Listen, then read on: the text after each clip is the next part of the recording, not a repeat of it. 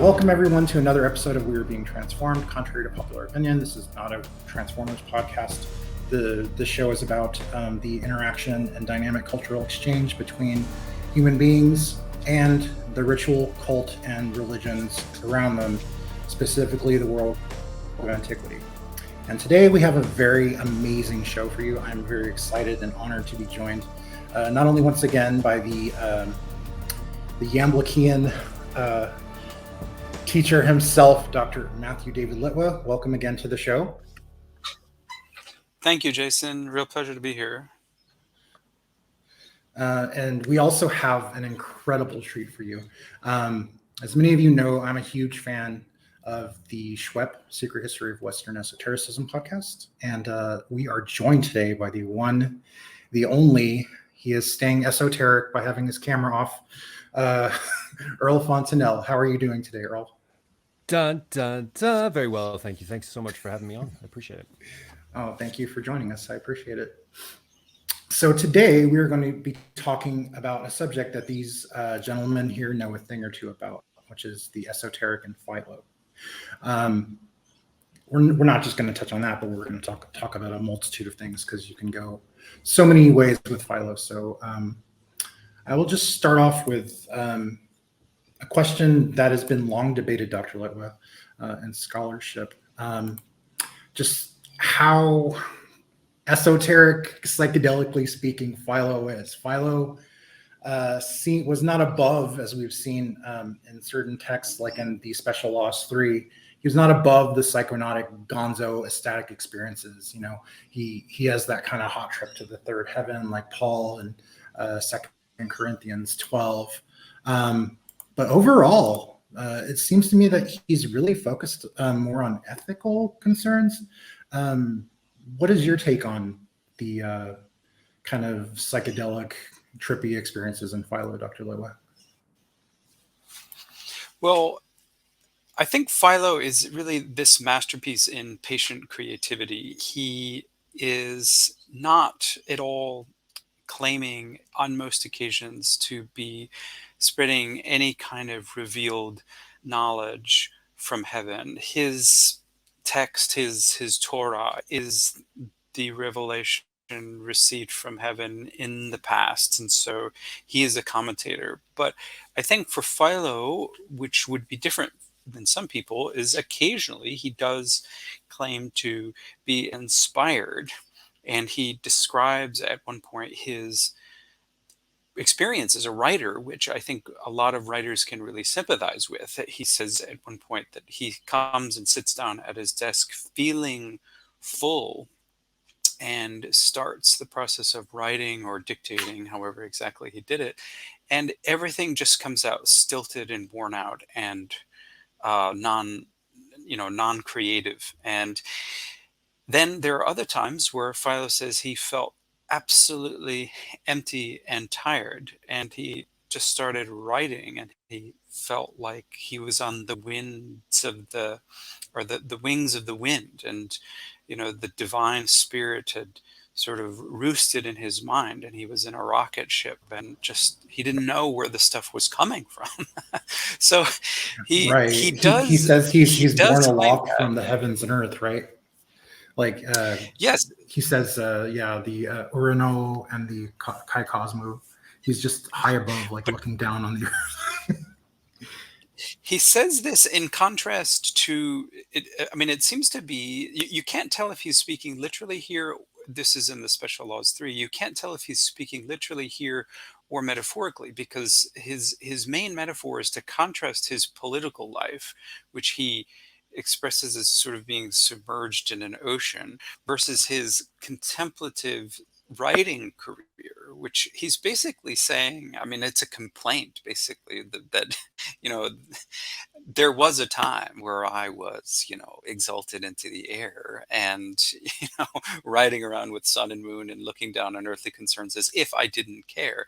But now I'm submerged and I can barely breathe and I'm drowning. And it's just, I guess it's the feeling probably of most academics today. I mean, our creativity is being, squeezed out of us because We are now slaves of email and of, organizing conferences and uploading papers and writing calls for Amen. papers. And, and in the end, we just are running on nothing at the end of the day. And I think, Philo is expressing this great woe that he says there was a time where I was just in the air all day, and now I'm barely breathing. So what is he really saying there? I mean, I don't know. Is he claiming some kind of actual experience like we see with Paul in 2 Corinthians 12?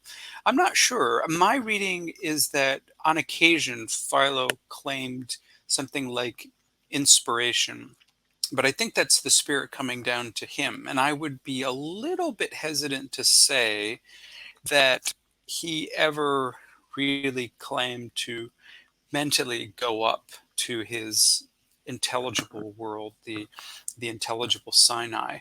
But he definitely thinks that Moses did that, and he is that faithful interpreter of Moses.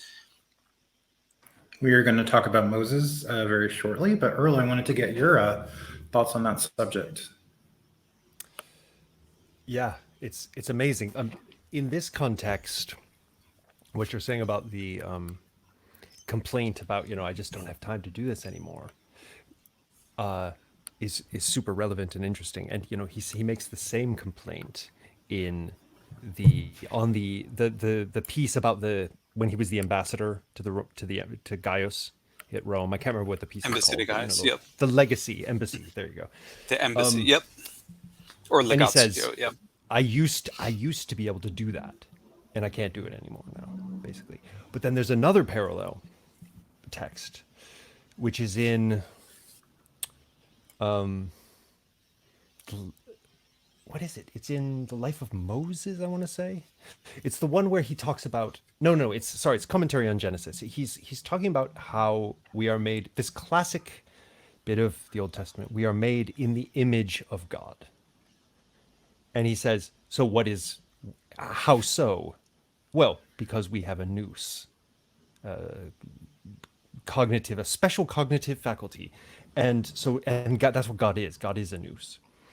And because the human, the essence of the human is a nous, it's capable of flying or leaving the body behind, going toward God, and doing something not that dissimilar to what we see in the Merkava texts.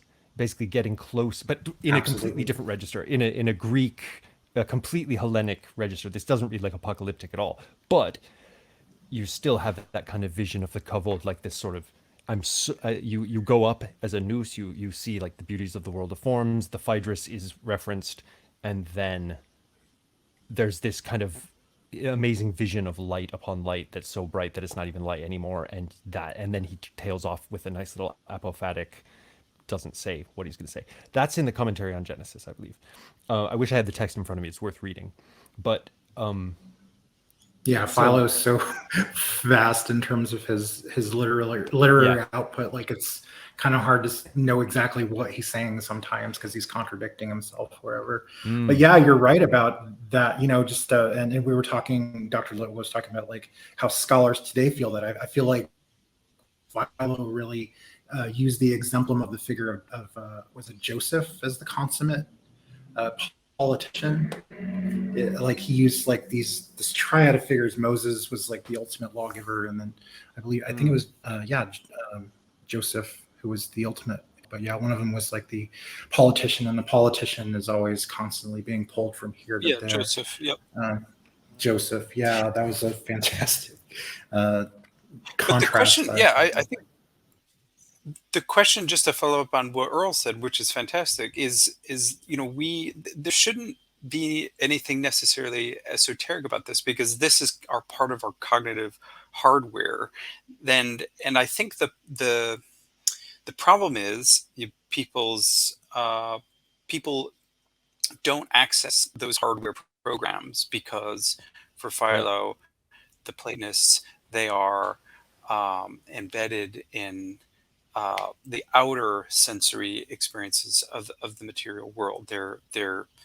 They are running games on their software, unaware of this, gold jewel in the center of their selves, which can, yes, give them direct access to the divine world. Maybe not the existent, but maybe to the logos and the logoi, or angels or whatnot. Yeah. And it may be that the reason the Platonists have access to this realm, or at least intimations of it, right? Or if we take Philo as a model here, and maybe add Plotinus in, to a greater or lesser degree all the time, but not all the time, right? Even Plotinus is sort of said that he kind of falls down and then goes back to the noose, and he's not there all the time.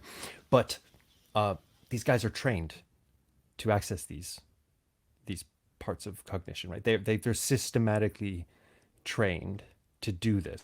So I just mean in terms of like you look at something like Paul, like I was making the analogy to Second Corinthians, and so you look at something like the Ascent, like the Merkava, like Philo, like you were mentioning the Merkava literature, and Philo really reminds me. I mean, I think if I had to make a good example, Philo is the best example of if Plotinus wrote Merkava literature. Like he's very contemplative and inward. I was talking to, but yeah, not in terms of psychedelics. I was talking more like just when you compare him to something like when you read Allogenes or any of those other ascent type of text, and Nag Hammadi or Paul. But yeah, like I was talking to Ed Watts about this, and he was saying, yeah, there's two different kinds of Neoplatonism. You have the Iamblichian theurgical, and then you have the Platonian, because we were talking about Hypatia and what kind of Neoplatonist she was. And she was very much in the Platonian camp. And I can very much see Philo the same way. He's more of a contemplative, inward, striving for virtue and understanding. So I think, when we ask the question, well, is he really, is he describing an experience, or is he being metaphorical or something like that? We started out with that, question. And I get that question, but what does it mean to be metaphorical about an inner experience? I mean, I feel like until we know what the experience of nous is, and this is something we take very seriously when we read the Platonists, right? If we don't, if they're saying it's like ascending out of the body and sort of entering into the plot of Plato's Phaedrus for a minute, like that's kind of what it's like.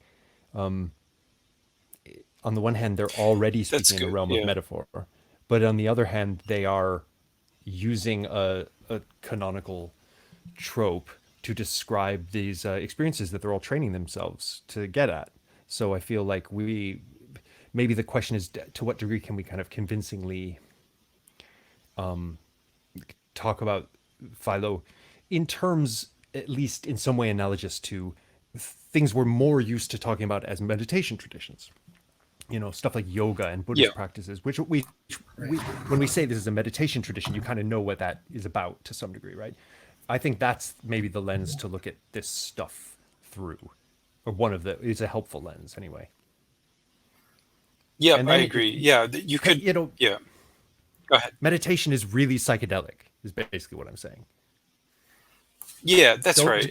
And you could use the word metaphor in a sort of dismissive sense, as if it's just a metaphor, but his literary creativity in making the metaphor doesn't deny that he was having an experience. And I think you're right on target, that it was a deeply meditative and contemplative experience, as genuine as any other psychedelic experience.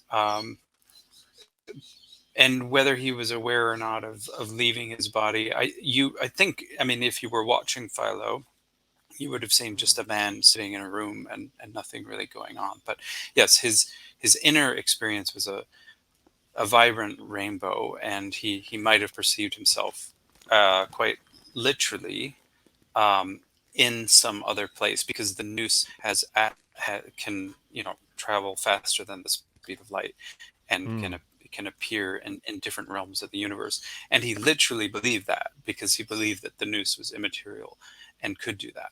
Yeah. Well, it's like, how would he not believe it? That seems really odd to us, and we can't help but to think of some kind of soul flight metaphor, like Doctor Strange, sending out his astral form, which is like a ghost version of him that flies around. But Yeah, you see that in Dion Fortune too later, much Right on, later yeah. down the line. But yeah, her astral. If you just go back to what he says is, or what they say, because this is really common, like leaving the body behind doesn't, I mean, we've all left the body behind, I would say, when we're like, if you're caught up in a really good book and you're totally unaware of anything happening, like how if you're in a really good book, you can be sitting in a totally uncomfortable chair, leaning and like getting a crick in your neck, and you just sit there, and at some point you go, fuck, my neck really hurts, but you don't care. You keep saying you have to pee, but you don't get up for like 3 hours. Isn't that an experience of leaving the body that we can all access on a very normal, that just happens to, or if you're listening to really good music or whatever. So leaving the body behind is not that far away maybe from everyday experience, but it is very potentially profound. Like it can go deeper than just reading a good book and getting lost in the plot and forgetting where you are for a little while. Yeah, absolutely. Right. It's You in the can, Corpus Hermeticum too. oh, sorry. Yeah. Yeah, I was just going to bring that up. Yeah, it's in the Hermetic. This idea of being, I mean, in the Corpus Hermeticum, I think it's 11. This idea of, if you want to be in India, you can be in India, and you don't have to leave your room, because you can send your mind to India. And they literally believe that. And I think for most people, they would experience this on really vivid dreams. Yeah, that would be the proof on a popular level. Yeah.